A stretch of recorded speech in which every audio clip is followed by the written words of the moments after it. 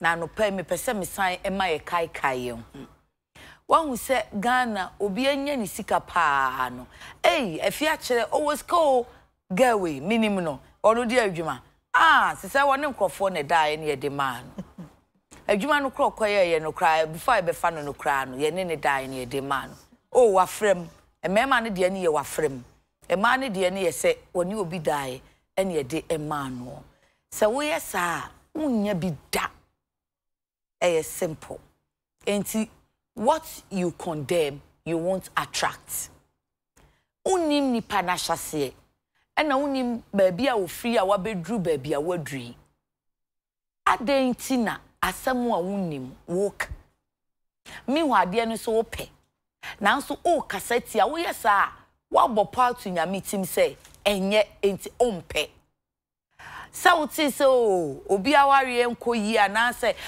media aware de media what de afa bedru brebi no na ope but unim said de wo ka ye no ebiribi no wabọ obo a wachichiri ato ho ti wahwe hu a wutimi kakasa bi wo fi a yenu ma ye mrewa ma no say wabodua nadane na chese waka asem ensesa wo de wano ka enti sesa wano so obi dane ka mu so obi abre no anya ni sikas abrantie we 30 years 25 and na we break it through no we say so sakawa anio sakawa for no may be there, but it does also not mean that all people that are prosperous and wealthy are sakawa people.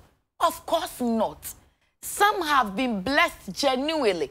And who are you to determine someone's blessing? Enti na wo de ne emma no.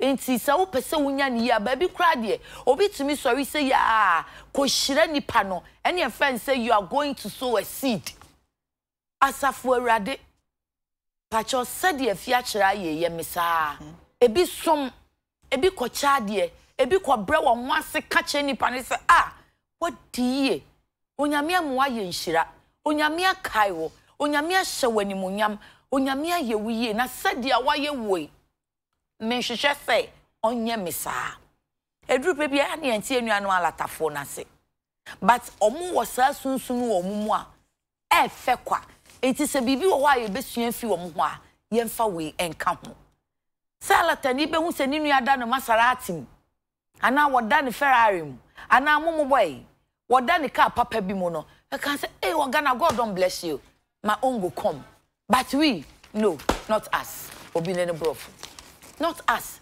ohun se odam na hwan na ekwe we minim no sha say na man no na feature ya wakofrem wafrem what you pull drugs yes say it's also be some fifresa you won't get it because you are always condemning yet I didn't yet I didn't wani je ho what will it take from you if you say something beautiful for once? It even lightens your spirit. Ne kachira wo kra so say unso bedi enti ene edian na opese wu enhira ben prom ye ben eyedie ben enkan ko ben eye school ana opese odrechi men koyi ye professor nka chede say professor no ko ni made na auto great no ye say really pacho ene wu pia di dia wo pese wo hu no wo hu si obi akosa akwan na kanfo shireshira kan sem papa fam na wo yesa wo so wo de beba wa bre nyina wo twi wo na asie because onka papa mfa manfo ho onka shiransem na un blessing crofo de na you are always condemning ti ebesan about ho what do you want to see when you see others having that? Bless them, say it is well with them, and then you will have your own. Ti ene yenesa why said ye da no krata ni mu sem ye de brem ways ahoma ne so kra ye hyedada enti ye bekwa akodi nkomo ye bedi agro ye de apomoden sem beba na afei ya dwendwen oh my Ghana eho oba ma fi akira ye krado nti ye fan krata ni 11111 na afei ya kwa ahoma ne so akodi enkomo ye bekwa ya mfre nsem be na esi omo so omo ni Operation Vanguard fo no munga mu adani Operation Vanguard fo atutu akum omo nkrofo miensa wo mo enye galamsey for Operation Vanguard for so mo ye galamsey for te be bisa wo mo ankasa se te poten ni akọ Operation Vanguard for no so ho say edie na esiye na ya to aso de afi eho wo beka ye hwa so na no say enkrofo wi wo mo empeta no wo empeta ne ntwere no apotro no ya asem wo ya ba ne ebeko we have carry we shall go ye beka oil ho asem kakra another chronicle headline na ni kapa o se na sika no wo he hey and then o timu se tweet me headline bana headline pa na sika no wo he piak and they be say PIAC asks government to account for $655 million oil money and no what they then government dialogues with IPPs over take or pay obligations. Springfield Stenna sign agreement for deep offshore drilling and then a Kufuado put your foot down. Who is saying that you do chronicle moi we will know. Obiaba humane so me share in chakra me pedino na fe me nemo edino home komo. Teacher Kosa ewo I am free nti my update e de efi ho ti alumini aba mache yenua empomwe oyesu adom me ho ye pa mo so yensu nyame adom ya sori nko ade vim wo ho na I am free de na ekoso yo I am free da petrum na wiye na ebeto twa se asrafo a wo mo ewo Operation Vanguard unit womo ewo apro ewo eye embia ya yetu efom egudie na se oba ayamfro a yewo eye mining company kasie baako ewo ho a de Pesos Ghana Limited aja se womo etu efom egudie ewo that area ho na yekoba ene se emrantie bia omudin ede Francis Entry Dudwana Bonembrane say Fabio and Obako so the Kwaku Edgy also Dudwana Bonembrane say Osamai ready in fee every and watching and Obako said in fee every no and so now Uraba click on yeah therefore by say Ti this would down ho kakra Sisa dotie anase ahwia na ahwia no gold ahwia na so that area ho be mutu gold ni ade do prepare ahwia na wo mo de ye adwuma no say the omo gold ni fi mo wia e bitumi ko se bi bi ko twa blocks e bi tumi ko se bi e de ko sita e bi so tumi ko se bi e de ko na wo mo asan akohoro anaso mo akoya no mo yi gold e wo na pesos asase na eda ho no ahia ewo hono nya dia wo makwan se obi bia betumi akọ na wakọ safa ahia ni bi na ode akọ nti mbansi ko sa ahia ni bi te be mo ba no na Operation Vanguard fo no ehia wo se ahia na wo mo ede ko no konya na hifa no mo de ko ede no so wo mo de ko na wo mo da ko ni aso kwan na mo kwan se wo mo nkonkotu ahia no ewo Pesos mining for as a course a hoye bia ukọ mo a je fire sanka obi ade se ntontom uko jira na se ntontom kra kawa jira hono nkaw moruku na wanya mane uko to achechede o ho a emfa owo kra na oba be kawa enkuno aje se hodie nia ekoso o hono no na abribi abese ko ba se wo mo dotie bia wo bodi egu a ma ekip o ho na aya free kroma for no achiri mu a enya ade a wo munya faso bi afri wo nche so be bi adwuma ya sha da fa wo mu bi se di a won konkọ ye adwuma wo ho to mo ye so ko bi sa ahwea no ma ede etopa eba woni omafo no ntem na so mo hyehye cars ne ade bebre ma hu sem kra no ehye da entwaye nti eye obi wo aya free eye omafo num nti we no ko ba sa na se ko ba se Vanguard fo no eno mo yi ya no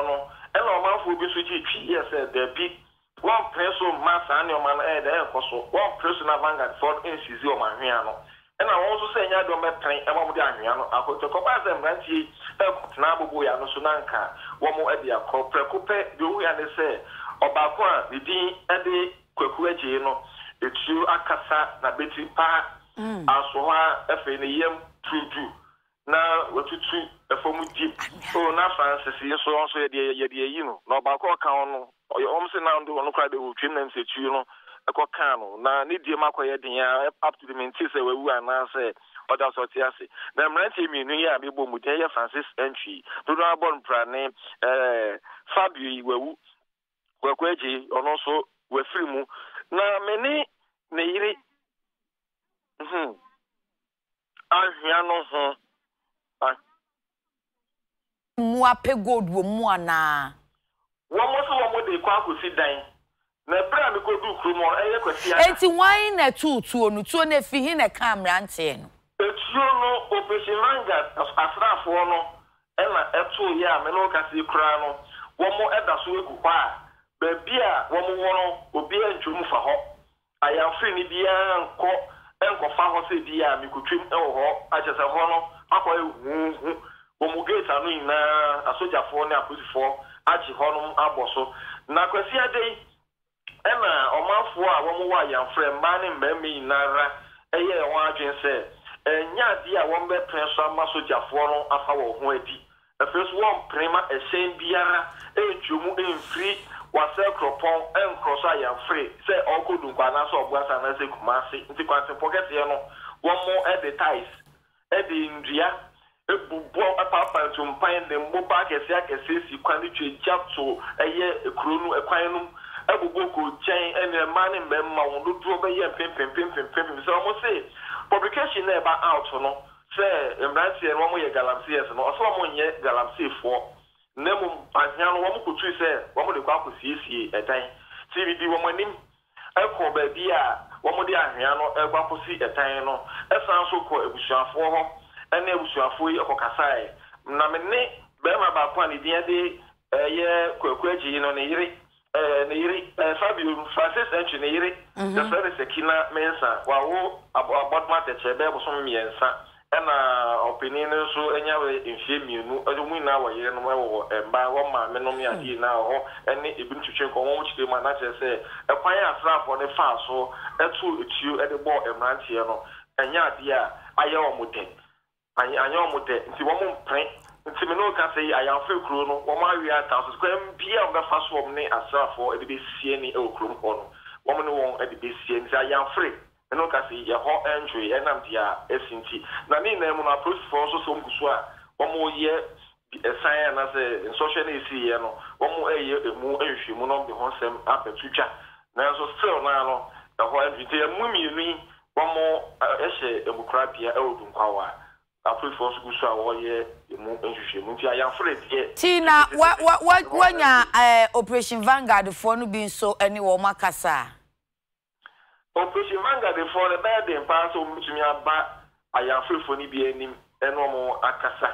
We say cruise some sure for cruise rawa aye wuvu aje so mo say asem na ebeto twa say emrantie ne ye garancy for no ebeto social media no mo buafu aje so mo mpensem sure for cruise nim ahwe ewo ho nti na akwa ye din posi bi abetumi no mo atwetwe ekwomo na so mpinifo dodo na so enime ene kwa me fa so a me si ekoye no so no me tomebo eno mo ekasa ni ade na ma asem ne si ye no onim omanfo no kire mu a mpinifo e wa yamfre amoa wom fi asase na nti wo mo ete praka ekọ ahimfie a wo ma ko se ahimfie ehwehwe wo ahimfie na wo ma bobo no ekunwa o na wo ma sese no afio so kromu ho pinifo na adwane efi ohene so chiame so ahenkwa amankrado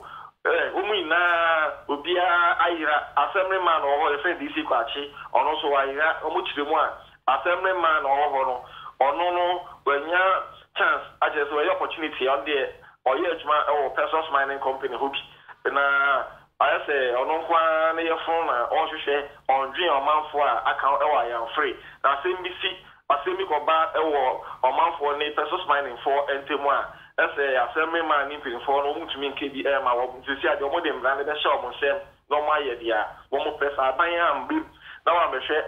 Now we will say, mining company now, one more year for Subia or if you want to change the idea, one more better of one say, oh, I am free. I am free here. Manswan, I am free, and yet Mansocket cry, make I say, a Swibicha and any Ochina. I just said for a channel Bapa the Sinkunja. Now, one more, a hook of Mefaswa, once we meet me and Yafa Subi, a dear free, sir. Assassin, I even say, one more to go to Navy Ukrainas and Yannick one more, and Yadia, all I say, which me are well, Passos mining for Assassin, so say, dear, Okotam, a bomba, and Nasa here at the free hontia, dear, Umu Edia, Bibri. Nati, Passos mining for no, Omoya Juma. Passos mining for no, and now, Quesia, dear, one more broke a piano, one more catch on say, so who be Biara. All cross a quaint, aquaco ship as mine, aqua juma, and yadia me prenso, a ma cross a quaint. Into pesos mine in Cabia, and to me, uncle, Quesiadano. Now, no pain, I mean to me who say beer, a quaint to me at dim say, well, Jack a cra, messine alcohol. Now, Marco should say, a quiet demois, pesos mine for which me a year juma, oh, Hannah's woman to me, a join, who could do Omo gates, no, who call on moi. Ufi, I am free now, do any the quiet and I said, dear, so quiet, no so one. One more site in the as I say, Honomoya blast and the to the mobile one more I gate, barrier, I just say, a soldier for any approved for a bomb by. And I say, Ufi, was a cropon, that's a I am free swag. One more one more gate back, and then offices and also and also you see barrier. For any approved for Yabo by Tika do on us, China's will be easy from say Pia or could wrap pesos mine of fire. I will say, yeah, such a year by Bissau. Didn't ya, Opese, will be a hotel honor, up with when Yadia. One more agent, I want to say, Obedience Bonting, a pesos mining company, hotel, my phone, the PS inside there, one more year, to one more Bonting, more ever banana, one more offices and information centers, Krumwa, a capacity dear, one more ADB, one more about the Casani idea, the also a high any idea will go to me every house I pray. Just a dear, some tree to me, Abba, I am free. Ti ye beda se anopai so hwese obetimi akwa wo konso ahwe na wa maye update akire yo most better mase teacher course amani bon ye tie ye di free I am free no ye to ankrata ne so Daily Post and Mohammed's running mate will be Wajayin Wohosa do to do. And then suspending PPA boards not enough. Dissolve board 2 Kabila to Kufuado. Kufuado has emboldened the corrupt and his reactive, timid and punny action, says Dr. Arthur Kennedy. The Daily Searchlight, government IPPs to resolve take or pay contract. Please invite Doska Group chairman for allegedly threatening receiver of Unibank, and then destruction at Karaga, 65 homes burnt. Daily Graphic, 6,000 public accounts closed is to ensure efficient management of funds. Mentally challenged on streets defeat clean city agenda. Fund for HIV/AIDS cure launch. Government begins power contract rate negotiations. Springfield strikes a major deal. The new crusading guide. I'm not a kidnapper for sample for cries out. Rosewood smuggling. Government forms committee to investigate allegations. Non-performing loans declines to 7 billion Ghana cedis in 2019, says the BOG report. Daily Searchlight, Chop uncovered, sent Ghana alarmed at government inaction in loss of millions to school feeding program. School feeding, that's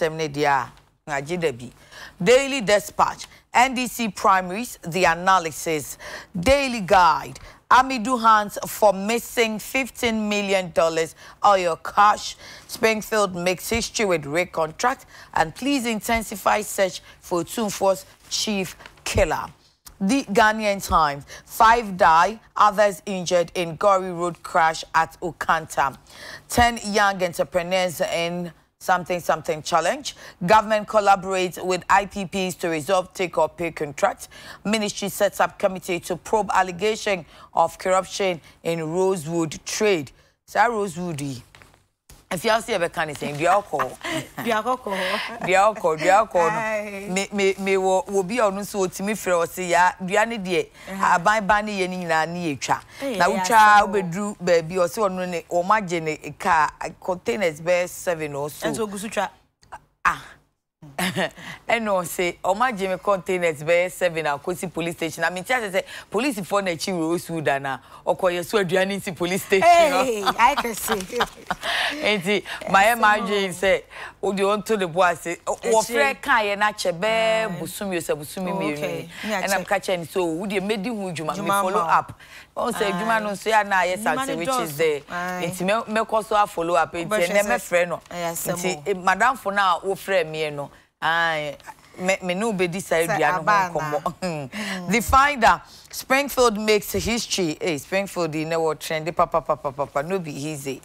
Daily Statesman take all paper deals and the review. Finance and Energy Ministries meet power and gas producers. You better call a copec phone so I catch if you say woman so one send baby Canadian and say oil or trendy power. If you are for the Chronicle on chassis na the Piag Chairman Dr. Steve Mantiao Ebisei NNC Ebisaman was the Chronicle emo or say Nasikano Wohe page 3 of the Chronicle. With a royalty payment of 12.5% based on gross production, corporate tax on profit of 35%, and participation interest of 15%, one can conveniently say that Ghana has struck a good deal for the oil field. For the oil find, it is therefore not surprising that the country has raked in a whopping $5 billion ever since production started in 2010. On the surface, though, one may argue that 35% corporate tax is the highest, but in reality, the royalty and participating interest of the Ghana National Petroleum Corporation, GNPC, rake in more revenue because they are chargeable on gross production of the commodity, while the corporate tax is collected on profit. But despite this remarkable achievement, the Public Interest and Accountability Committee, PIAC, which is a creation under Section 51 of Act 815 of the Petroleum Revenue Management Act, says all is not yet Uhuru. Really? If you are, am I saying right? Yes, you are saying right. Uhuru. Says all is not yet Uhuru. Okay. And that there are thorny issues that must be addressed. These thorny issues, according to Dr. Steve Mantiao, the no-nonsense chairman of PIAC, range from the management of the annual budget funding amount, ABFA, Ghana National Petroleum Corporation share of the revenue, and other statutory bodies. Zeroing in on the ABFA, Mantiao said at a forum organized for editors at Senchi in the Eastern region over the weekend that a percentage of the oil revenue goes into the funding of the annual budget. He contended that in 2017, out of the total oil money transferred to ABFA, which is $403 million, was not utilized. In the 2018, another $252 million out of the total figure transferred to the fund was not utilized. If these funds amounting to $655 million were not utilized, then where is the money? The editors asked. Dr. Mantia responded that according to the Ministry of Finance, the money had been logged into treasury accounts, but there are no documentation to prove this claim. No mudi kan omusia.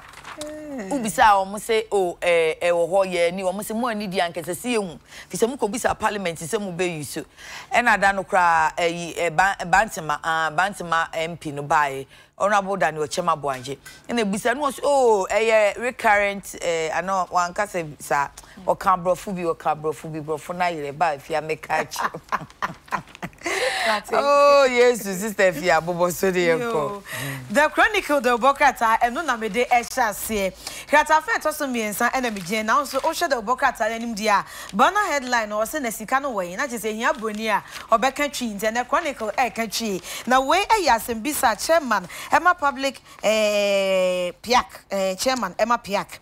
Wo mo penyi wode etudwa Steve Mantial enti chairman Emma Piak Steve Mantia wono na ebisa asema etisei na de enti opanyi bisa sei nyina ne se wo se wo hwe Ghana na wo hwe yendwumedi ahoro ye die efi 2010 na ye free asese ye tu oil e ba de bepim 2019 na oil no ensan ye nya itu ye guso a etu enso asane ma enkoye kra na wo bubum tot no so bi ba wasase no ba betu oil la ye wo empata sika royalties bi obetu ade ama o afa mfaso bi a wo benya e wo so ene ade ne ma ne bebre a chese to kra abeka so omuntu ne nyina kekaboma na chese sika be ba oman mu pa enti yenye sika kra no se o ha mani enka eye $5 billion $5 billion na chese eye oil sika na enu na chairman Emma Piak orua Steve Mantial ebeka se na ne sa de a ne sika no ewo he na de enti a wodi bisa ene se wo se wo hwe annual budget funding sika ye twa ede to ho afa Ghana National Petroleum Corporation wo mo so efa wo mo nya se sika ane statutory bodies ahoro ahoro a wo mo so ekeka wo nyina de wo mo enya ekame yen se sika bebre bia kodi baabi a yenwu baabi sika no ewo e no so otu mre no akyeresie 2017 nko a oil sika aye transfer ye e de call annual budget funding amount no emono na eye $403 million ekoda ohome etu sika no obi amfa ne nsa nka yamfa anya adwuma bia enti yegitum se eda ho okay 2018 so yesan baya ni atam $252 million had yakwa akoto sa annual budget funding amount krona emo na chese ye kanimi enuboma $655 million and was na sika nti se eda annual budget funding amount mudia eni esi den kwa nka wose ye ho kire afa ye hwehwe sika na ye hu ensinsentwofo a wo mo konhyiamudi a ekoso epoe mantem ase no efra se so mo bisa asem no sibo asem na mba baby say yenso pisa bi penyo ye bisa ya so ye sika asem ntoto ye so se ye de akoto treasury account bi emo treasury account nsusu a ye hu document krata ba kokora ekome eniwa di adanse se sika sope anase be edem enti se sa nete de na asem na me Chronicle enti no baby sanse na sika no ewe still ye ni baby sika no ewo Chronicle okay nkankrata na ebedi adanse se sika no na nkrata yi ni da cha ye beka ne se nsa nti ye hu sika no ka sika yi wo ho a ka ebetimi aboa Dr. Duncan no dia ye research enura Deborah Jamponsa peace ni report bi odebai yesi owure ya find a drawer ye betimi dia cure HIV wow wono a de ni sika ya ntinka sika we bi bra woni ntinka o mine mu ano no o mine si ye ni sika nti tie de waye ni be Chronicle yenko page 4 supporting an HIV cure research is crucial is an editorial. Dr. Adekye Duncan, executive president of the Center of Awareness Global Peace Mission, claims he has found a potential cure for the human immune deficiency virus, HIV. As a result, he moved a step further to launch a research fund to solicit support from the public in the quest of finding a lasting cure to one of the world's deadly disease, HIV. Many individuals, especially in the unorthodox industry or traditional herbal practitioners, have also made similar claims without scientific proof or otherwise. However, Dr. Adekye Duncan, as a scientist, has engaged the services of research institutions like the Mampon Center for Scientific Research, Noguchi Memorial Institute for Medical Research, and other well-known and recognized research institutions in Ghana and South Africa to establish this claim. According to him, he has single-handedly invested as much as $20 million into engaging the various research institutions to establish the efficacy of the formula as a potential cure of HIV. Currently, the center needs between $100 million to $200 million to complete the research, which will make Ghana the first country to find a cure to what can now be described as a non-curable disease. At the press conference to launch the research fund, the executive president for the center stated that although they had since been collaborating with the Ghana AIDS Commission in a discovery for the cure, the commission, on the other hand, has made it clear to him that it has not got the capacity to fund the project. Also, no state agency has expressed interest in supporting his research work into discovering what would put the name of Ghana on the map of medicine. Meanwhile, many advanced countries are investing millions in their research institutions to discover a cure for HIV, which infects a kind of white blood cell called CD4 lymphocyte, a key player in the immune system response. Dr. Ato Duncan and his Center of Awareness inability to attract funds, especially from state institutions, is however not surprising, because Ghana is one of the countries that least invest into critical research projects or implement research findings. Samufo adwum power dia ba the chronicle the obokrata and mukata fa etoso en9 na asem no tofa bonyina ene say ye wo scientists bi Ghana ha na te se obi a wadress ko eba na body mu nyansapemu a ne di e Dr. Ato Duncan ono na ye executive President, Emma Center of Awareness Global Peace Mission. And openyi si nyankopon aye na dom ama say die watumi anya eduro aye de beku etia HIV/AIDS yare no e wo Ghana enti opesika kakra na mpo openyi ye ne research kwa wie na nyese ode ne nsa ne dem fem e na otena ase akekeka so opesika e de aye ni dwumadie no da bi ono nkoa mu no ono nkoa bo ne ho so no sika be say $20 million e na ode ahye dwumadie dia eti say emo and on say Ghana ha so yeta kan we asemasi so enya eisedro and na we so enya eisedro nti amokeka ne trasa na eda ho ba ono no de wan kan ne trasa enya nto o kan no and wato nsafe research institutions bi to say Mampon Center for Scientific Research, Nuguchi Memorial Institute for Medical Research and ekuku dam bebra o ma ben e ba ne twihwemu ye research dwumadie mu a and osibo mo maboa me ebi fi Ghana ebi fi South Africa and no ma kabom and no mu di dwuma eti say ye na when we call Ghana AIDS Commission for now so say ye menkwa ma ya na bako for nsa say ntumi nkata nyame ani o enti nka minya be $100 million and na say $200 million bia enka research ni nyina na awie peye na afedi ama Ghana ye di aheta e wo wiase afa na nyina na ye di mu se oman a ye di nkan a yenya eduro a ye de ekon etia HIV/AIDS yare Ghana AIDS Commission kokwasa mzi ye ni say sika no opanyi why you be pan so says Canada ye nibi and opanyi say sa na tie dia ontumi ntina odi nti wada research fund bi edi wada na di na oda na dia no a mfonyin na eda so no aha into a lunch research fund e bia efie no ni okay aha se be ya obi a be ka okomataku anansa simple anada ma bi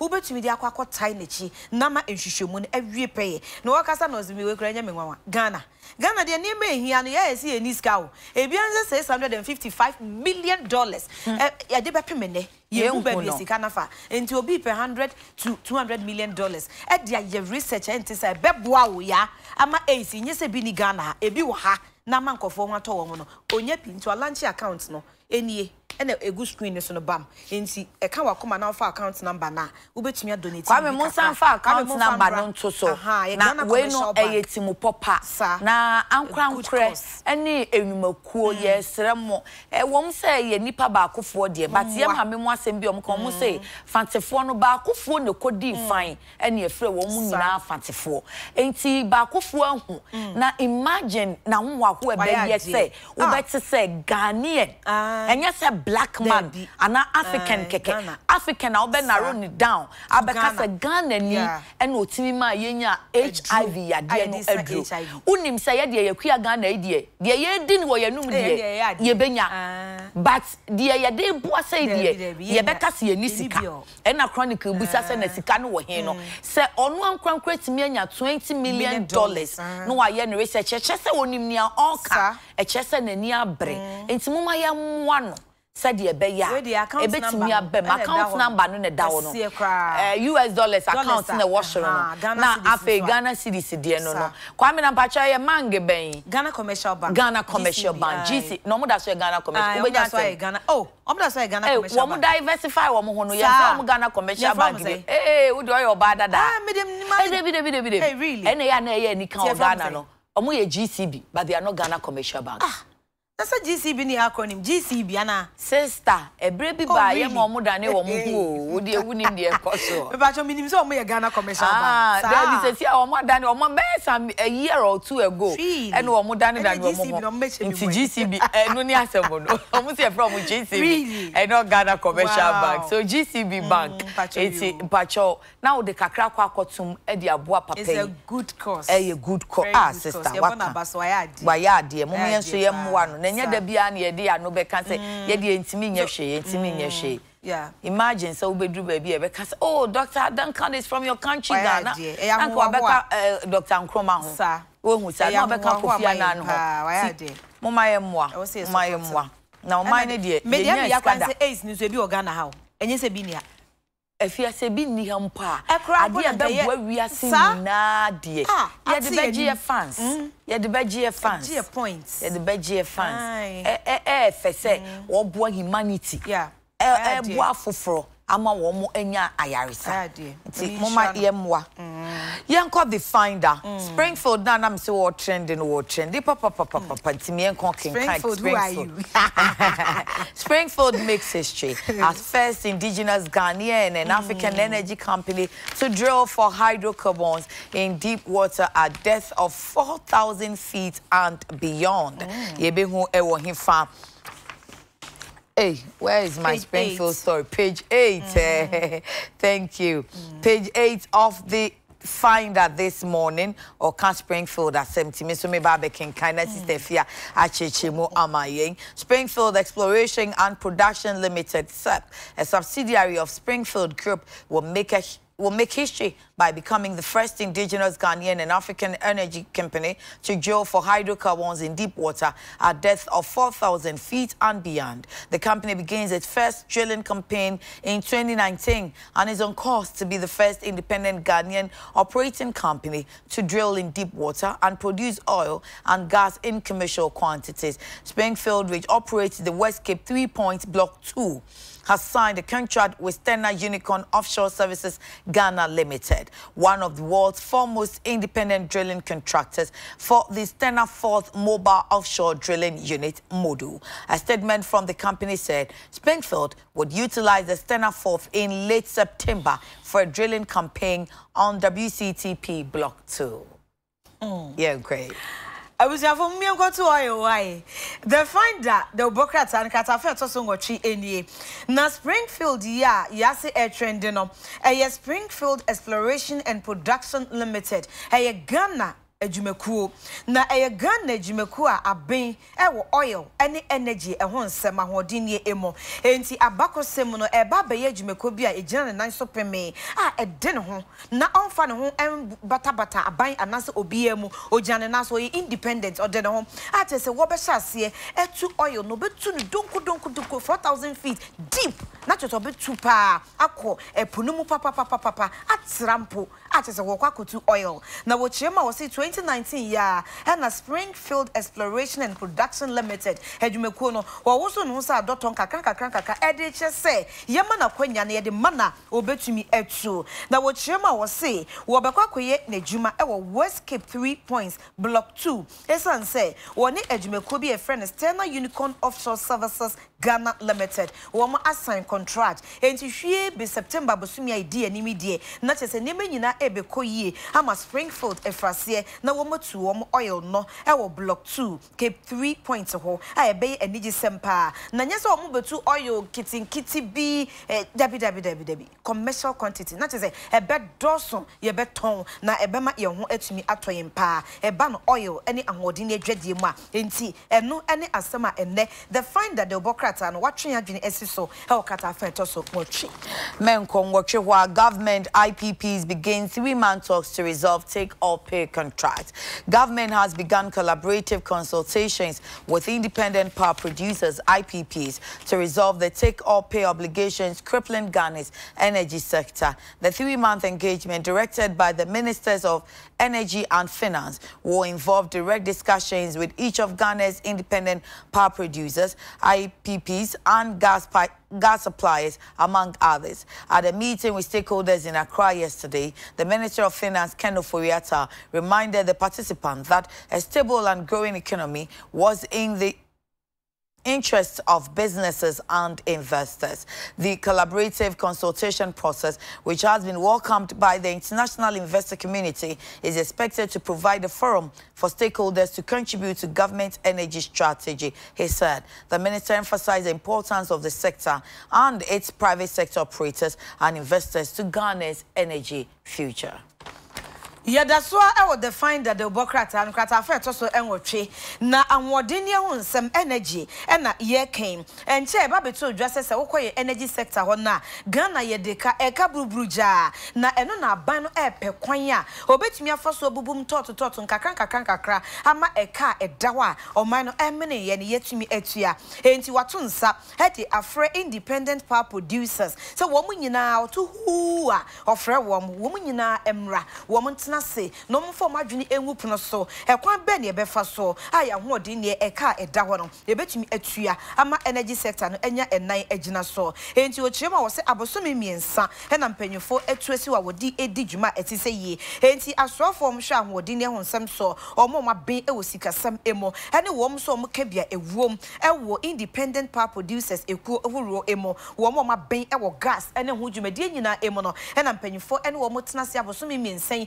ka bom no matiti bi afrim ehun se ekwan ben kra na ye fa so ahode ne no yenye ho ka no entum ne entua ananso se yenya nto na ye meye no ense se ekwan bia so wo se etua ne emubu mu tot nkakra saa ekopem se ye betumi atua awienti eno ehun adwen na mpanyufo etu abosomi miensa asiwa efiti enneya ekoidie wo mo ebefa ekopem se ombehu asem no ne pomasi bre. Yenfa the inside, chop uncovered, sent Ghana alarm that government inaction in loss of millions to school feeding program. Sent Ghana, a civil society organization, has called on government to meet the Auditor General's recommendations on the Ghana school feeding program in order to ensure efficiency in the implementation of the program. It said the report uncovered, among others, bloated enrollment figures, duplication of schools, and payments of grants to non-existent teachers in the 2017-2018 academic years, as well as unsubstantiated and unsupported transactions, which resulted in the loss of millions of public funds. The insights the Bokrata and no and a ya ekinkan ya michemi. Now we the Bokrata animu ha. And say, and the Auditors General report ababonting. Na report no for school feeding program jumedie ehon emunsam ye kon omoyo enkoyie krakra senya report ye bae ya na minim se caterafo omjumedi omudie mkranso ye caterers omoye nsamanfo mi hu ya na mse se caterers nso ye nsamanfo wo mutumi etro caterers ni bidin edeko na wakwaji sika bam na wadi ubekom na sa caterers no mo ye tiase ewu o mo ye ensamanfo kra o mo ni ho enso ne etu omuka e wa ban enkrata eso okay schools bi wo ho ene districts ni regions bi wo ha e bia ye ka caterers ni na abom kra nka 500 okwabra ne betro apem 1000 no de akọ okwa no agi sika no wam na wadi forms keke a ye ton wa ban ni dim se school feeding program ni o asemasi obenten aba enti wo se fata na wo hwa na obetimi anu anuane no e dia mayema na dia to forms ni bi no oboton forms no bebrebe ni nyina ewie no ehun kontembu aye bcbc basa it's not just a social school feeding program no mu a enema nkoyie krasika die basa chop akoso papa na eno na ekuo bi a e de send Ghana si edio Ediano mbetimi aka. Send Ghana say edin papa enso omo ebeka. Wose so mo tena se enye hwe enye hwe so we dey Ghana chop enye hwe na busua se shi. Enti we enye hwe na Ghana yensika no eko. Enti om se da omo mpene send Ghana e de ato aban enim se aban ye Auditor General se obeye adwuma na wama no kredi apnt e na opa no ensi some the report ya badia recommendations a ewom no fa ye adwuma na emra enkasa the insights. Daily Graphic, any 6,000 public accounts closed is to ensure efficient management of funds. More than 6,000 accounts run by ministries, departments and agencies and metropolitan, municipal and district assemblies in the country have been closed. This follows the implementation of the Ghana Integrated Financial Management Information System, GIFMIS, which streamlined all expenditure and payments by government agencies and brought the accounts under the Treasury Single Account, TSA, at the Bank of Ghana and under the direct supervision of the Controller and Accountant General's Department and the Ministry of Finance. The Chief Accountant at the Ministry of Environment, Science, Technology and Innovation, MESTI, Mr. Siraj Tanko, who said this in Accra yesterday, explained that the MMDAs used to operate 12,000 different accounts that were detected by the Cash Management Directorate of the Controller and Accountants General's Department. They identified over 12,000 and then they decide out of which 6,000 have been closed. In fact, the idea is to further reduce the number of accounts to 2,000. It will get to points where MDAs and MMDAs can have only 4 accounts made up of an operational account, an internally generated funds account, an account for donors, and the consolidated fund account. Yeah, account no crowd so cry na. Page 16, mentally challenged on streets defeats clean city agenda. The Mental Health Authority said the government vision of making Accra the cleanest city in Africa cannot be attained if steps are not taken to clear the streets of mentally challenged people. According to the head of communications at the authority, Mr. Kwekubrobe, the activities of mentally challenged people on the streets contributed to littering and were a threat to pedestrians, since some of the latter could be violent. Steadily, the presence of mentally challenged people on the streets across the country is growing, and the MHA attributes it to the lack of funds to provide medical care for them when they are taken off the streets and taken to health facilities.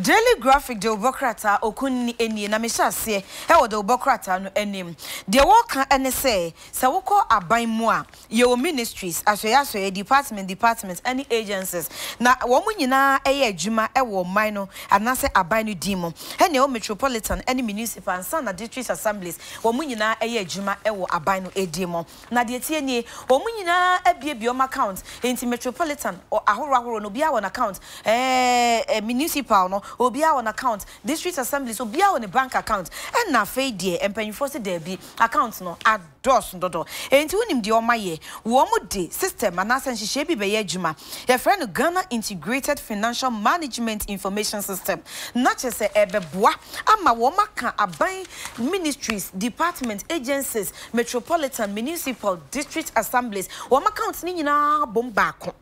So, enti so mo kabom ba ko sa no dia ene na be Treasury Single Account e be Bank of Ghana ase omo na e be so na Controller and Accountant General's Department so e be dimu akoten papa e ban sika no nsenkaye ene e ho management ni ade na Ministry of Finance so e de omo agimu be enu nti no empanyfo se omo eye ne sa e be boa na wenom so mbe hu se sa account ahoro ya bobo so enyina no na e be 12,000 enom se dabi e ha adwen enti o ma chemu wienu 6,000 o ma tuni nyina mu eno ma ka bomba ko o mu guso a eye o mu nweye nom so mba ya kopem se afei de account ni nyina beba abedu 2,000 edu 2,000 pa ye ma ne nka ho won from 12,000 to 2,000 ye ma ne so enche ebe kwa ba bedu 9 pe 9 no ni enya account ama metropolitan, municipal and district assemblies no wo mu enya wo mu ede o mu operational account o mu benya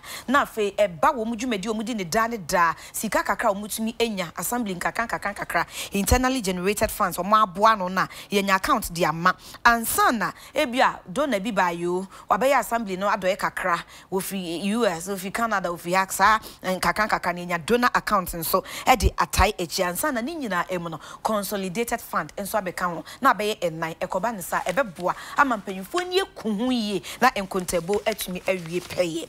Daily Graphic de Obokrata no me kokrata fa etosu edu ensia.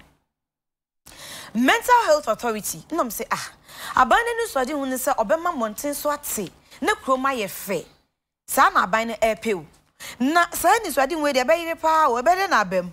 Communications head our authority o owura kwaku brobe na ka se no say ye commenting so a se be ye nuan ma wo madwunim e ka wo mo ye so mate ahoma omudanka bom hwe se de omudi akoni aba wo monten so se bi o ebi mu hu fin ebi mu kra ye keka very violent obetimi kra aprawo ebi betimi adiewu enti ye monten so be de ate ama hwaye nwan e wa brekon a saafo edi akoni aba na wo mu didi omu jagu baabi osoa bola bebre de chechire ho obra kodu baabi a aboa no se bem na wagya ne ho na okọ wo se saade no emmoa emma ye monten so nte emma eho nyefe enti sa ban so opese ye monten so te dia onfa nani enko ye nuano ma wo madwunim eka mo na sebe homa ne bi atete na wo mo na monten so banchire eye ho fi eye ho prekisen no oma nani enku omo ekoba nsa ebetimi aboa eye ahwe akire mi wi ano waka polio die no eni rosewood na ma me na yapon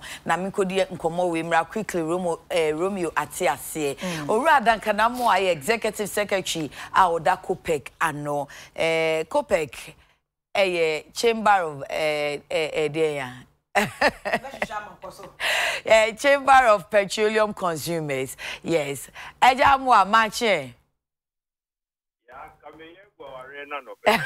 So on shosha me am refill. Why correction dey be funny sir. Me da say a shosha me. Na shosha me na mahu se wo ho. Wo hu sa. Wo se boss ye dey yin. Wo mo afeli. Yeah, me say energy sector no. I was minister no. Boso me bia nko so hia Ghana for. E kan de e ko so kire yin. After say omo meet the press information ministry no. See meet the press man. Nko no de nko so meet the press no say na otwi enu bia o say boso me bia. Nanka we brief yin. The cost of VR, the cost of ECG near, the cost of Ghana that near, the cost of Honey, post near, so near, not Ghana for and your boyfriend, Yamukakra. Not the cost of ya, Emisa no Shakakra. Enra and Kratabia at Damontine. That's a post you are or the Jumato or no. Where Jai a Jumano because the view grading job will be a was almost year. Na ebi no mo de beto o 4 million Ghana cedis no ono akọ renegotiate that grading job no to 90,000 or 900,000 enti ebi ko apai that ayese otieti a almost kedie so enti ene yempame no ana say the energy ministry baby e kofa ni free here no ono so hwe ya ontimi nko back no de oso wa resign ya hold on ma ye mubu nkomo nim hold on the emperor won say ya wason wa hanti me kan ya otimi nka ono a wakoye renegotiation from 4 million amana about 90,000 less than 1 million no ena yes yi na fi ho yeah I know ye one side of the Edamont so na sade da mountain so no ukra ukonya no we na how reliable and a city e betimi de adi nkomo yeah I mean unya graphic sources you can mostly or largely not question them because they are no so edu mu yi pa okay the da mountain so and is a procurement bi asase bi grading bi koye bupe de adwuma bi 4 million bi or no so I call a renegotiation, almost the 90,000, and we are one side. Okay. Another side is also saying college, a jumabia, a workforce. Ye can't say, Oma, a binumunyebi. Or say there be na Sai Jumani, dear, or no, ye, so no company be a work or soup. Or no so after drugs, or no so a day college, nibi. And no conflict of interest. Onu akwa bargain ni 90,000 on the company so be hauling ni bi. Okay. Issues out there. Na say ye hi na ye no kre, say ye hi na ye no kre. O find the resignation letter no. It doesn't detail anything really. Again no ya o fa boss adwuma na. Adwuma potin ya Ghana for dia show mo nsa no. me say almost departed completely. And then no other business center for some people. Yes, share boss started 1993. Okay. Echo far gold ticker and the DC tanks I can see baby. Gold is here you. And the gold and that's year Juma is very profitable. And the boss to know yeah they gold ticker for you know. Sabi o deviating the call mandate. Mandate in the church sabi. And can all hold the petrol. Your friend strategic stock no Emma Ghana for. Strategic stock to the extent say yeah that's sorry. Na Iraq for so omo ko montoka Donald Trump say on ti asembia say omo konti petrol ne bi ma nanka o mine nanka sano ye be wo at least 2 to 3 months fuel la ye betime e de juma even if a vessel or no ship e ba o man you mu. Okay, again no ye the port see ho say on this on developing infrastructure transmission infrastructure. Sebe ya petrol ni bi water ma, ubenya bi water krade, ebenya bi wa, ebenya bi wo Kumasi, ebenya bi wo Koforidua. Sebe ya petrol no enkebe ko Ghana fa na nyina no. Okay. Pipeline system no ebeti ene. Say ochina no be commission new ones the petrol no be ko across Ghana yinim. Enti strategic stock na omo hold di mayen no. Me ne wo kasa no pay, ubita boss ye be ka cho say ye ni bi. 1 gallon po wunya. Oh, Auntie say, and BBS na ya say ye pe petrol ebe kura ye na wotwe se omanya yenya. Ya, wunya free boss. Utima say na wo kan keka na say for a fact. Yeah, we the minim for a fact. The minim. And na boss fuel e go hododo na ye BDC for fuel o makofa ba. Or no one can say anything of me go. In the strategic stock now, you be deserving it there. There be 1 gallon wunya. Me so wunya. And our pipelines in the infrastructure to transmit fuel from one part of the country to another. No, yeah, they are no sort of. And then no, yeah, in haulage business. Trucks, yeah, they change MSF fuel, no. And the Obiba, or say, oh, the mouth haulage business, no. Truck back could be an over 2,000 and that incarnate 20 million. All the petrol nuko kumatea. Obeji be 10,000, 11,000 no, or no beji 2,000 wo mu. System net that no. More of a corruptible business than a business that is serving the purpose for which Ghanaians are paying taxes for it to be served. I see na internet sa say omo a ye di dwumadie na hye omo nsa no wonte won kon mandate na se adienti a boss wo ho ni ana se dienti na amana basa. Yeah, ma kan obe bi na meti so. Boss no akoye te se amna donko bi ayetu. Na ye pa wo se MD aye se kona ko sensen so. Enkoto mu wo de kona ko sensen so. Oye de ya obetom amena no ye tu da ho we de wugu be o da bi menko wani menka again ye be na wabuo no ye nti ase na ye be de apa o MD se kona kotom na chese ho no wo bi be se ahya akam ene ye suma nkrofo se wo munko hye wo ho akonfo ho ana e ho na anye dada enti ne ye de ukọ se MD a na ye de asem na aba beto so yeah tempenin for am fix the systemic failing the war buster. MDs in the better assessor. Unya copy honomoa. Dear friend is a fuel diversion ye. The Malodi boss fuel, tema. May they Kumate, na Kumate for depot no, and to Enyabi and Toma Kumate for. Unya Adrian Bonnet for Libya. Omunya MD, O Pesican Tamoa. And no. Ya diverted fuel na ya loaded the Kumate no. Eko town or ABA Eastern region and Ankran ya. You are near Chiesi Kanama boss. Which is the money without the taxes, no? The petrol 5 cedis something.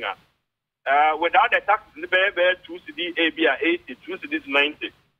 And no dear, you bet you am a boss. Now dear, that's only dear. MD Nipakra or this edge, man, be charity. And no, your system a war corruption systems in Libya. You diverted fuel or no? meant for other depots within the country, no, near home. Uti anye yensu so na MD ni pesika ntemo a. Obenya some of these transporters ibia omo de omo so scan omo so omo penentem na omo kwadre wo adwuma ni munti no. Sebe ye be load near the akosi yard baby near the kerosene kakra awo diesel kakra near cover premix bi near their work the way kakra. That is ya frafra mu a near nya quantity ni bebre. Enye sika ni bebre. Na eno so ya chedi. Again, the winya MD or no so basic and temua. Opa transporters here me say they give offers kakra, yebema o kakra. Enti ebinomo de omoji me say 2,000 cedis per loading. Into onyagi 2,000 per loading na a day bus loading the 50 to 100 trucks. Yeah, that's the kind of calculation now. Me calculate your time bury. Enti we need the account now say boss a fairly state institution. Enti say ayanya ni dey yengu no. Na yanka say ye ni adokra dan bia. Ye de ya kwa na ya ye obi a ebi ono sika entemu pe no. Emfa ne ho de a ebi a ya doka kodi ni dwuma se de efe. Na say wo pe sika ne entemu de a. These are avenues for which we will corrupt our own leaders. I don't work because but say obi pesikantem no obi pesikantem there why no beti me determine that the kind of so omo wi omo chedi pepe enti amena no ya tuda ho omo chedi enti it means that enye MD ne pena say o pesikantem on pesikantem maybe the system is such that pesika kra ebi mo kan ho because o se omo chedi enti ebi mo kan ho kata obi ho ombeka say madavo enya unkwanti na waba ha uni ya ebi mo bedi ti ye de esese wo ye is that what you are saying? Yeah, ye be kire wo kwan a obefa so wadie pa ukọ ho na no pe ya ye be kire wo enti system net da ho why mo na be kire until some penny go be correct that system no eja mo why mo na be kire wo why mo no enti say MD kokra then the problem won't be solved. Ora judgments are okay in the juma to ho ko ana meboa ane omo okoto wo asi appoint will be foforo ana omo nyina ada so ho omo okoto wo mo wadwuma mu ho no na omo bo ano e mo so cd o feli ye no omo da so ho border na supervise no e was a shesset na dwuma die no e ko nkan no obi an resigning you the ora judgments are okay me bisa the ye chrono no boy yen ya pastor resignation no e so be chrono ana obi akobo chrono wo boss na say ya find out e me say nko say ma ora amedu ene ne die ana meboa no yes one resign no, yes, you resign. Say resignation, dear. Mr. Amwa. Yes, Mr. Amwa. Resignation, dear. Onipa na no sha. Ebi ene principles and fa. Ebi on pair ibi anto say enya anto enya ntia. But who say yes on resign no. And say enya no ne person resign you na. Ebi mu na she na chi say dan for. Open year wo de wa resign. Yem pese ebe yi wadi. Then I will can. Yes, on resign. Yeah. The omo month so our boss. And they say your friend no. Say you dey come back to Ministry of Energy baby you come for free here no. Your friend way. And now you better akeno. Your friend George Mensa Oakley. Way. And when you for a friend no, our Jubilee House. The enam no. I see. Say you dey come back to baby you come for free here no. Energy Ministry and now on resign it. And now they better akeno. And I say, well, and you're very resigning, mom, no one baby, because on come back to the energy ministry. Yeah, whatever prompted this, and I mean, this or not. A chrono no couple and they come back to energy ministry among country. Then your chrono, name will be 4 million via OBDA, and we'll renegotiate at about 90,000. And what year will be so up here. And also, almost more money, yes, a board chairman, not and a force no more resign here. I think that we deserve to know because boss is you know, and a car, I mean a boss no, and ya the kitwa. What the heck near about energy sector debt? They are calculating 1 year near Bacatro 5 billion. Ya Bechetia, Ghana for Bechetia. These are the things Was it true say no obo or mind this ka ho ban? And ya pame no. Was it true say be ya pame no Mr. Amoa ya pame no and wo resign ya pame no ana. Ya pame no papa ya pame no wo no anu ojaye. Nya sa na letter ne kai. He has resigned. Yeah. Yes, Mira. Yeah. Mira. Adibi etia obi be resign no. Ida enyama mienu. Ida say bibi tia ne conscience. The air cost no enye air time to own simin to aso. Na woko. Enye air time ya. Sabe and then you resolve it because you are appointing new person na. There be o. Enye air time. Ntimi nye bio meko. Ana say wako wie sika wako boy krono. Empanyifo hwehwe mu ne ye ho se de wo ti se be na report bi da montene so about him. Yes, damaging no. Indeed damaging na. Yeah. Resignation no and appointing a new person no does it solve it. No. It doesn't give any hope. Say a best at make profit. Me no ka say they can't import. A juma nan ke nipa be 400 ebetimi aye no. And then nipa be 700 and a juma mo. And so overheads will continue to go up. The political interference in that petroleum setup no. Yeah. A wonsun so no ebe koso ama ya change managing directors change say an solve problem no ni amna na yetu da hono no a ya ye be koso asesa mate de ba ne se em se won se me do so pa enti wo de ye mfa wada ha sei na dachi bia ye be ba na sa amena kro no ye ne nyina si forma komuna fe ya fro nkakra ba enti anopa de ye mfa won si ha. Yeah, let's show our hair for the way for us. Yenina yedasi omoje so. Enti Openi Duncan Amwa eno ye executive secretary of COPEC Chamber of Petroleum Consumers we boboba. If it's an anchor resignation, by resignation nechino and I'm pro enti ebe continuous and koma ibedi that should be a yebeto asodi efio. Sister Fia. O se akade polio no kan polio na wo so yeah because you see outbreak about over 10 years and kayenya outbreak. Yeah. Okay.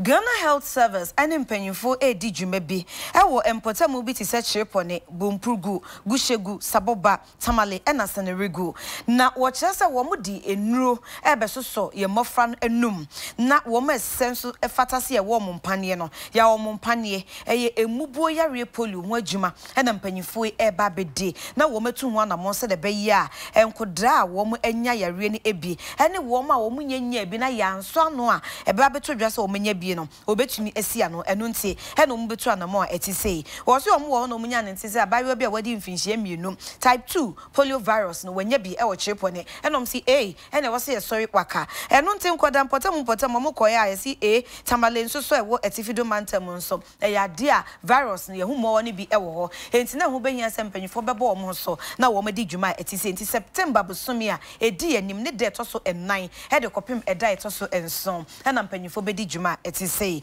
dem de sorry kra no e graphic de obokrata na chi ho a wo se aban apal committee no emu nipa ye enson wo mo ba ba ye nhwehwemu afa rosewood duakokko ho adwadi a ehye esumase na ennam emrakwan so ho ketase hye kankan poye a ekoso no eno na committee no eba betu ho anamo enti omo behwe se ekwan ba kra na nipa bi fa so a omutumi ko busa rosewood na duakokko no na omu hwi a se de omu hwi omu kude etumi fa baabi ekoton ebi mpotumi de fi Ghana etra ya hye eko ebrochi enti eno nso ho ansem no eboboba enu nti ene ya pa committee ya osofo abedi ekire a ohwe nsase ene oboade nipa ho nsem eso Benito Owusu bio ono ene ye otiti ene a obehwe amadwumadie nwanwaso a etise mpanyufo no etimi edi ena wo se no na wo dey sorry so yes madam me sorry mpacho enkofo bi dey siesie mi hu see sorry.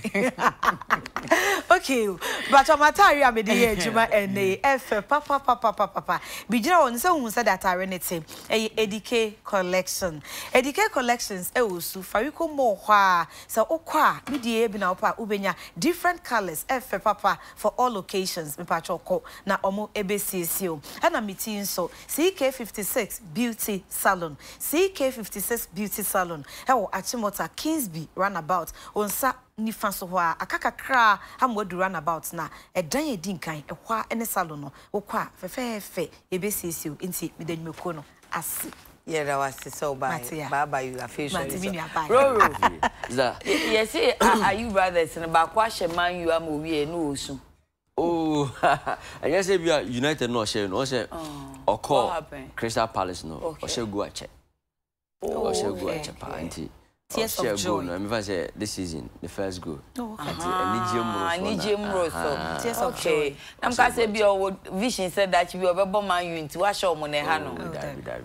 I ended the so to me share go as a striker. Number 9 there. And no team abeshego. Anana banana in the shego. Number 9 is shego. Okay. Oh. Na nyame adom. Nene mu atene. Ene de nyame ase. Yeah, the nyame ase bro. Yemko. Me da say yen to us we na pay na yen for sports no Emma Ghana for asida edika na enko Emma this way chocolate drink or see do here no eno a ene won show share sound so na special ice and special drinks ni na wo mo near the sports no de ama Ghana for and no pay me amedi jumede chamedi adi Romeo Odro de di kan ye kopie mu ewo Kumasi Asante Kotoko na chese kosia de twam de Kotoko for Emma Kumasi nyina eye kokosi paint Kumasi red supporters no ekopa ni nyina de se nkunim de omo epre against Kano Pillars no omo enya 2-0 na Kotoko share Kano Pillars a omo qualify ekopie mu ewo the next stage of the competition. Next match, you know, any Etoile du Sportif side of Tunisia and a bit me abona Kotoko supporters a board team na basupa so me I share Canopiles a camino.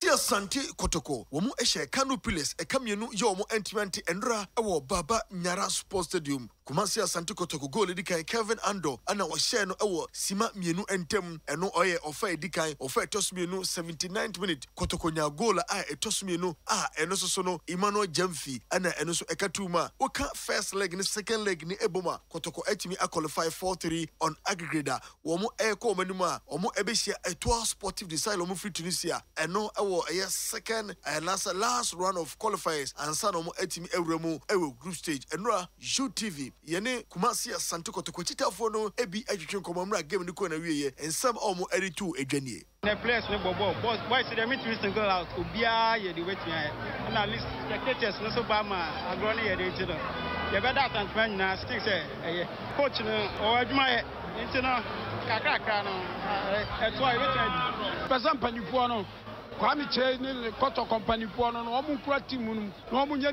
say ya na dan no omu manu ado ani bibia amra team because Kotoko ye team bia sabi ya share na Asantema Ghana man na jija nti abani say dia na chesa ya da nyame ase mpanifo no kura team no omu nya ba ko no omu nya ne da na ye mehwe bi na nya kama management ni ba out be ka say ball we so na support even for say na impo ebe ka say sa ball we supporters ni ball nko mbe nya supporters ye beba na ombe nkunidima e ampan supporters so we stadium what to supporters no mo ba e ti ye better supporters na ti playing body news ye better o must because and from number 1 to number 11 no me say o ma bobo beginning the na edin but nyame azumuti ye boy tinu to abobo enti pai ba na o se dey ta o mo ti se be ya all the time omusu betimi abobo ni fie ya wo wa ani Adekotoko etwa fruma eti Kotoko tie ya support fitin collaborate mo eni edie nyina druse eti ne be support Kotoko no ansoa yene Kotoko kasamafo DB Kennedy Buachi ansa yene onso atwetwe enkomo ama ono so ede nsem kakra atuja tinedi but this is Asante Kotoko yeji ehudi yenim say Kano Pillars on bano they came with their own strategies they tried to frustrate us but we are more experienced in Africa about continental football on the continental I don't think it's Kano Pillars some classmates in Asante Kotoko but trust me we're so focused we're determined and we achieved the results we're looking for yenim say akona afin ya start akumbe brede anim but surely Asante Kotoko yin go minimum sida